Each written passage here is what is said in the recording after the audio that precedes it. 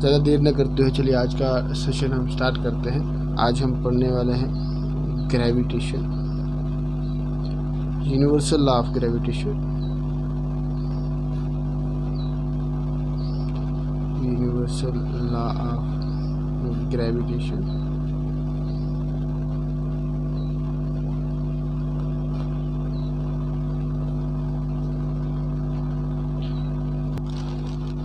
चलिए शुरू करते हैं।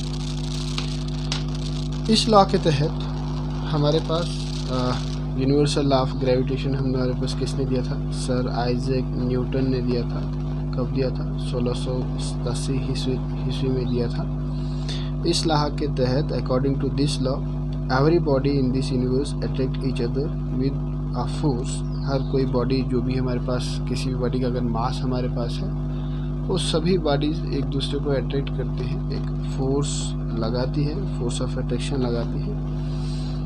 ये फोर्स जो होगा, इसके दो स्टेटमेंट थे। पहला statement, the force of attraction is directly proportional to the product of their masses, that is F is directly proportional to m1 and m2, and the force of attraction will be inversely proportional to the square of the distance between them, that is F is inversely proportional to 1/r²। चलिए हम दो bodies consider करते हैं।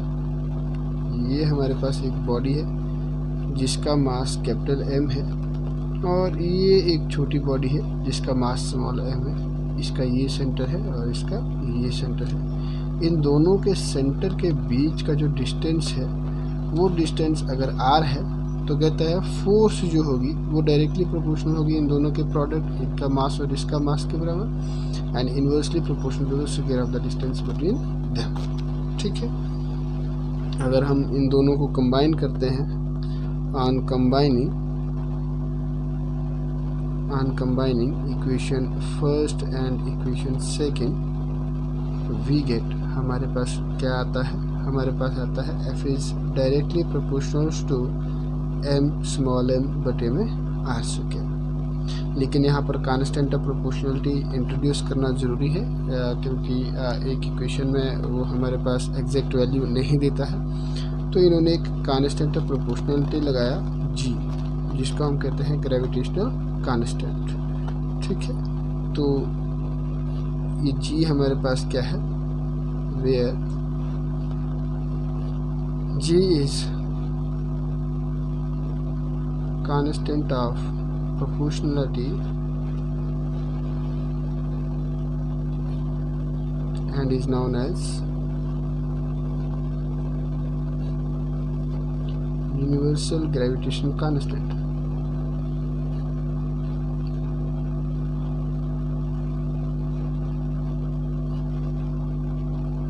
Universal gravitational constant.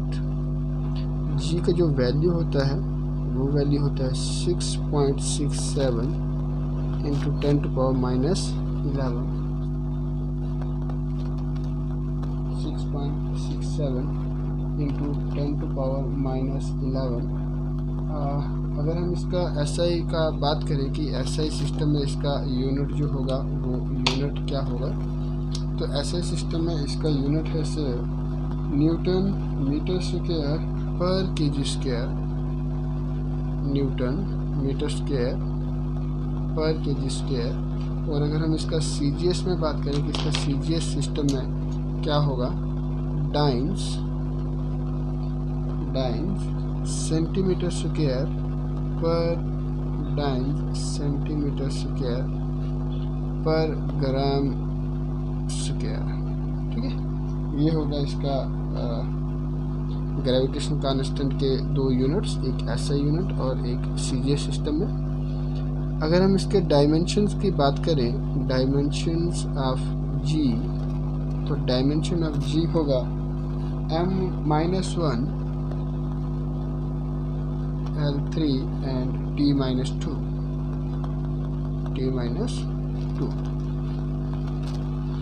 इस value को अगर हम इस इक्वेशन में सब्स्टिट्यूट करते हैं तो हमारे पास फोर्स आता है 6.67 into 10⁻⁻11 capital M small m बटे में r²।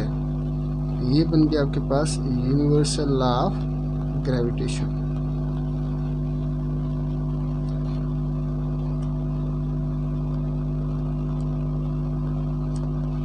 ये होगी वो फोर्स जिस फोर्स के कारण ये ऑब्जेक्ट जो है एक दूसरे को अट्रैक्ट करेंगे।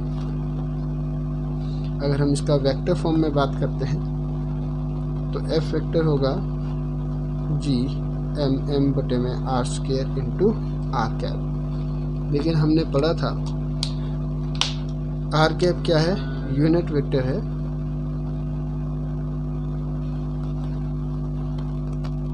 यूनिट वेक्टर है, और ये होता है मैग्नीट्यूड।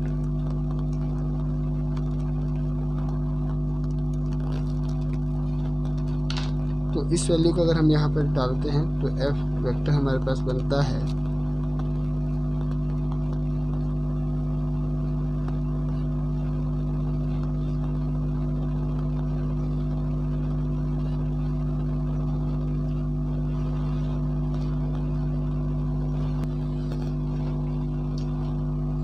यहाँ से हमें कुछ चीज़ों का पता चलता है जो कि क्या कहती है।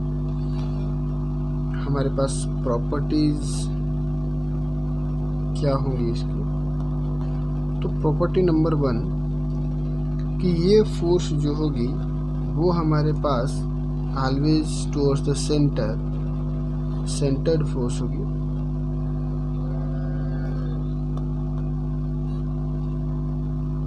दूसरा प्रॉपर्टी जो हमारे पास बनता है ये फोर्स हमेशा अट्रैक्टिव होगी,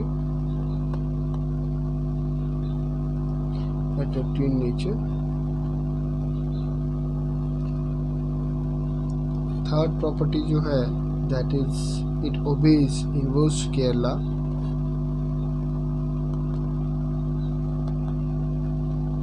ओबेज इनवर्स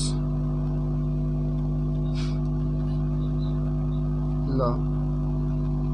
चौथी प्रॉपर्टी जो होगी ये फोर्स बहुत ज़्यादा वीकेस्ट है और इसमें कांटेक्ट की ज़्यादा ज़रूरत नहीं होती है। अगर विदाउट कांटेक्ट भी अगर कोई बॉडीज़ हमारे पास है तो वो तब भी एक दूसरे को अट्रैक्ट करती है।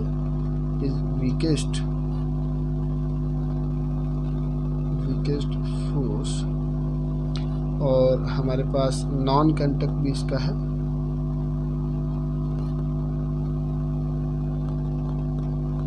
Non contact force in nature.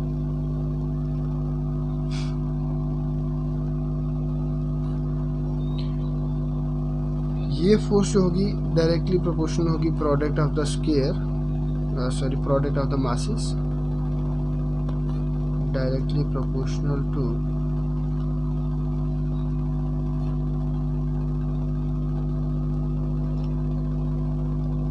Product of the masses. ये फोर्सेज जो होगी दो मासेस के बीच में एग्जिस्ट करती है।